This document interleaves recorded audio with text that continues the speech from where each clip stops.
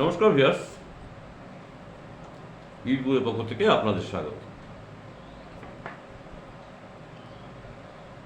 Viewers, গতকালকে 4th July ছিল, অর্থাৎ স্বামী বিবেকানন্দের তিরোধান দিবস।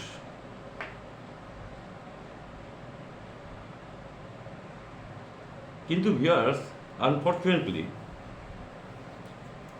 আমি কি করে ভুলে গেলাম গতকালকে তাকে শ্রদ্ধা করে নিবেদন করার জন্য। বেমালুম ভুলে গেছি ভিউয়ার্স, আমি ভাবতেই পারছি না।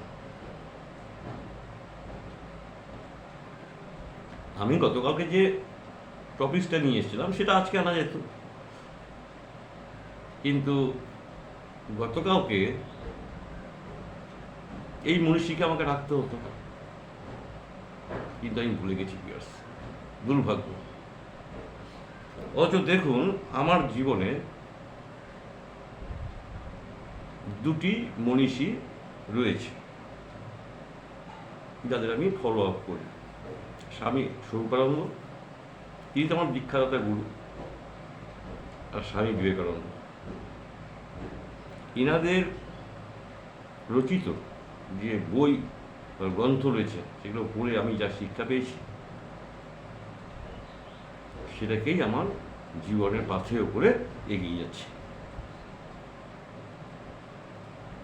12ই জানুয়ারি এবং 4th জুলাই এটা আমার কাছে ভুলে যাওয়া একটা বাতুলতা ছাড়া কিছু নয়।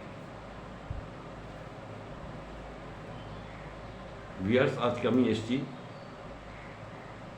স্বামীজির কাছে করজোড়ে ক্ষমা চেয়ে নিয়েছি রাত্রিবেলা, আমার ভুল হয়ে গেছে। তাকে শ্রদ্ধা নিবেদন করতে এসেছি।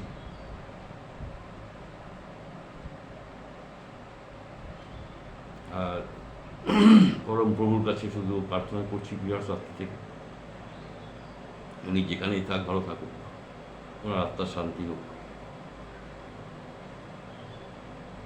তবে আমাদের যে হিন্দু সনাতনী একটা ধর্ম, উনি যেভাবে আমাদেরকে জানিয়ে দিয়ে গেছিলেন, এই অবস্থাটা ক্রমশত আস্তে আস্তে বিলীন হয়ে যাচ্ছে উনি চলে যাওয়ার পর। হিন্দু ধর্ম ভবিষ্যতে থাকবেই কি না, এটা নিয়েও অনেক প্রশ্ন রয়েছে বিকজ চারিপার্শ্বিক যা পরিস্থিতি। আমি রাত্রিবেলা ঈশ্বরের কাছে প্রার্থনা করেছি যে বিলেকে আবার ফিরিয়ে দাও, বিলে আবার ফিরে আসুক আমাদের মাঝে। এছাড়া হিন্দু ধর্মের হিন্দু ধর্মকে জাগ্রত করা খুব মুশকিল। ভিউয়ার্স, আপনারা কি বলেন? হিন্দু ধর্মের জন্য বিবেকানন্দের দান কি ছিল এবং কতটুকু ছিল, আপনারা কি বলেন?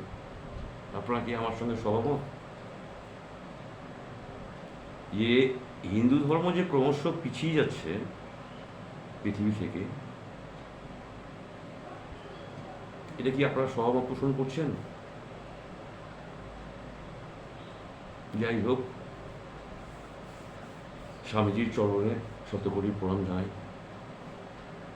আজ 5th জুলাই হয়ে গেল, ঠিক আছে, ভুল মানুষ মাত্রই হয়, আমারও হয়েছে। গতকালকে আমি প্রণাম নিবেদন করতে পারিনি। যাই হোক, আজকে তাকে আমি শ্রদ্ধা নিবেদন করছি, তার চরণে শতকোটি প্রণাম জানাচ্ছি ভিউয়ার্স। আর আপনারা সবাই ভালো থাকবেন। আপনাদের প্রভাতী শুভেচ্ছা জানাই। আর যা কিছু বলছি না ভিউয়ার্স, আগামীকাল দেখা হবে। আজকের মতো গুড বাই।